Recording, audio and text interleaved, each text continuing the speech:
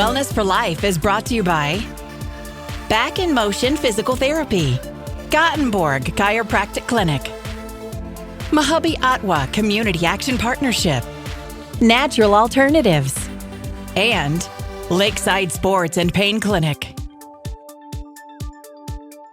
Hey, we're back at Mahabi Atwa, and there's no better time than the middle of summer to talk about taxes, Lisa. Absolutely right. It's the subject that everyone wants to talk about, taxes. It's the first thing on your mind when you wake up in the morning.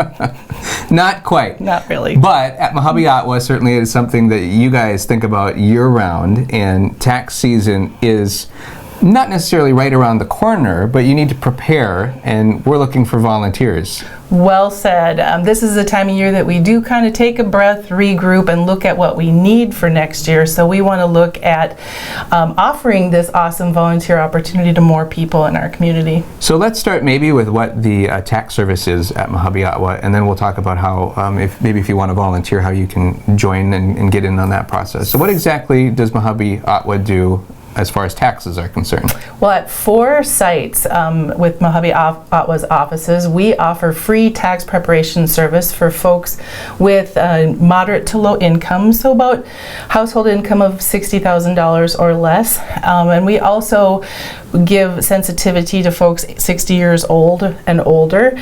And for many people, and I would say for most that we serve, they might not otherwise be able to afford a tax preparation service. And it's so important in order for them to get their refunds in a timely manner and to file their tax returns. And the prep service is free.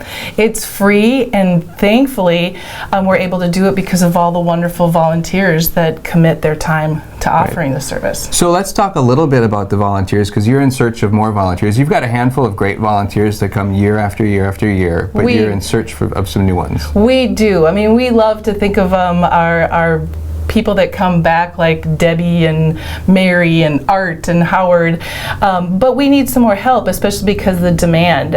Some folks may have heard that at times last winter we had a waiting list of over 200 people waiting to get an appointment.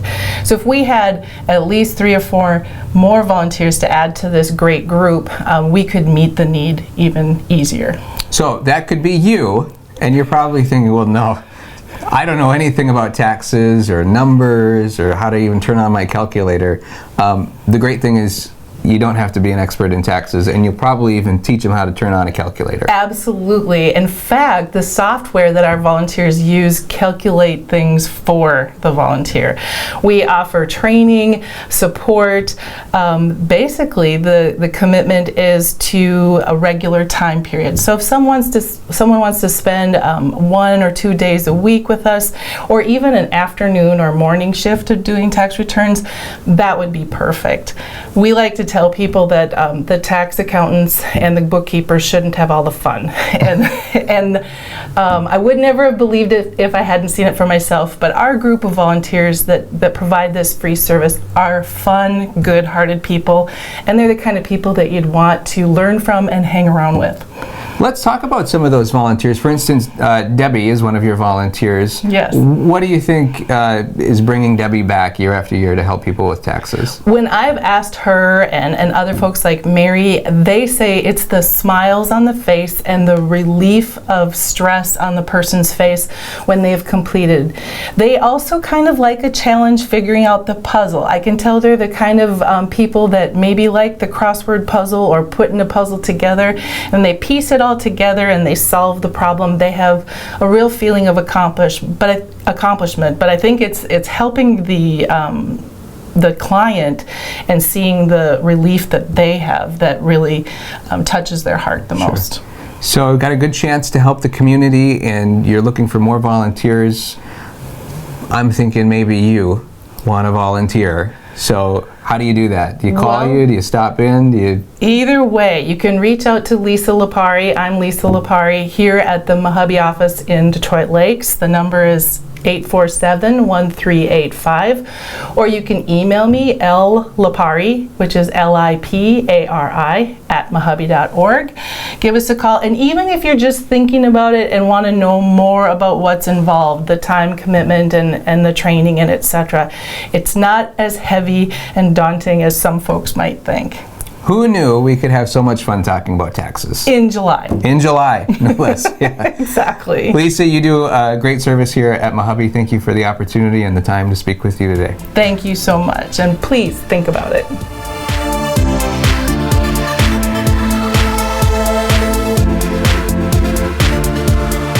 Coming up on Wellness for Life.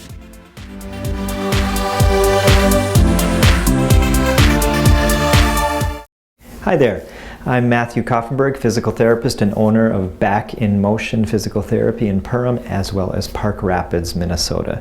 Today we're going to continue our discussion from the last episode about lateral epicondylitis, also known as tennis elbow.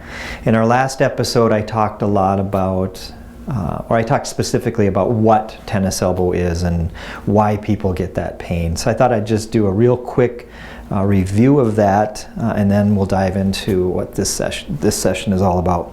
So lateral epicondylitis is going to be pain at the elbow, and it's really from the muscles that control the hand and the wrist. So all of the muscles that control my hand and wrist come up and attach at the elbow.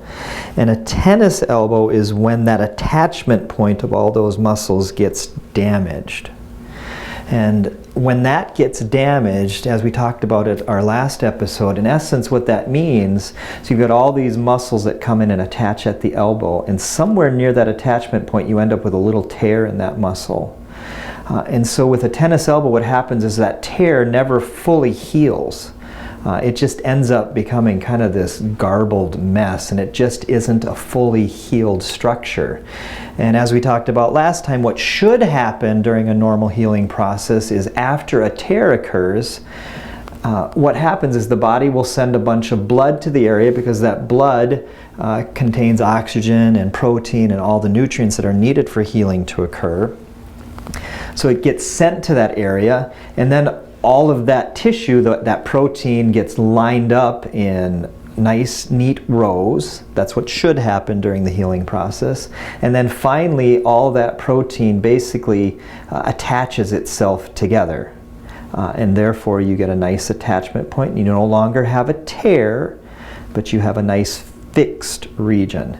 That's what should happen with healing. But in tennis elbow, what happens is the body starts the process, it gets to stage 2, it doesn't quite make stage 3, something happens and it brings it back to stage 1, starts trying to heal again, and it just kind of ends up in this vicious cycle, and it never makes it all the way to stage 3. So you end up with this mess where you have some attachment points, but for the most part nothing is really fully attached, and you end up with a really weakened tissue that is quite painful, and we call that tennis elbow.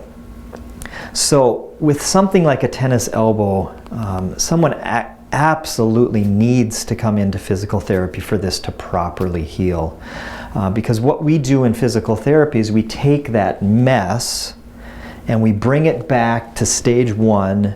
We make sure you make it to stage 2, and then we make sure you get all the way to stage 3. Once you get to stage 3, you've got a strong tissue that doesn't hurt. But you have to come into physical therapy. This is one of those conditions where I personally state that you just have to come to therapy. So what do we do with this mess?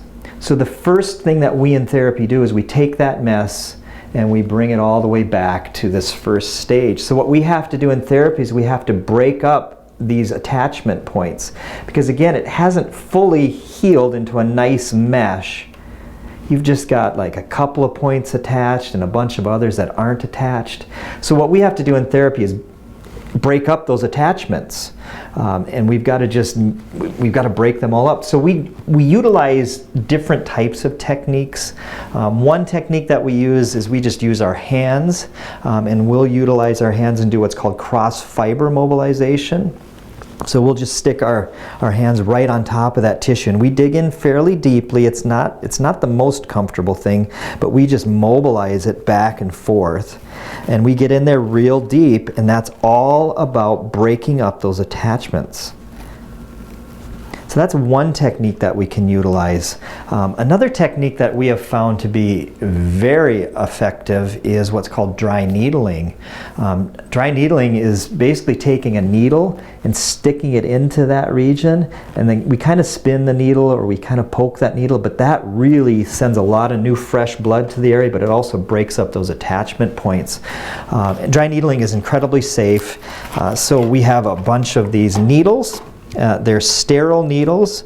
They're incredibly thin, so it isn't all that painful. You know, you really don't even feel the needle go in. You will feel a little bit of the spinning as we kind of break up some of that tissue. You'll feel a little bit of that, but it's incredibly effective at breaking up all those attachment points.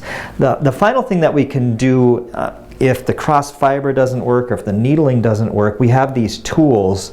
So this technique would be called instrument-assisted soft tissue mobilization. We utilize these real heavy stainless steel tools, and we get into that tissue with the tools and we dig in real deep and we kind of work through it. So it's similar to that cross fiber mobilization, but we're using tools to do it, and the tool can be a little more effective at breaking up some of that tissue.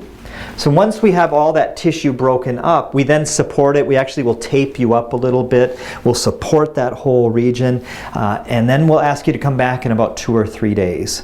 We'll then take that new fresh tissue that's been broken up, and we'll start the process of realigning all of that protein.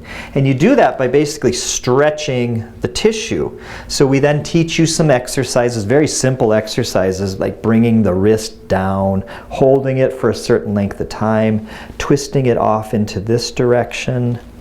And all we're doing is we're taking that tissue and gently lengthening it to take this mass of tissue and start to align it by just kind of pulling on that tissue, and that'll start to align it into a nice box.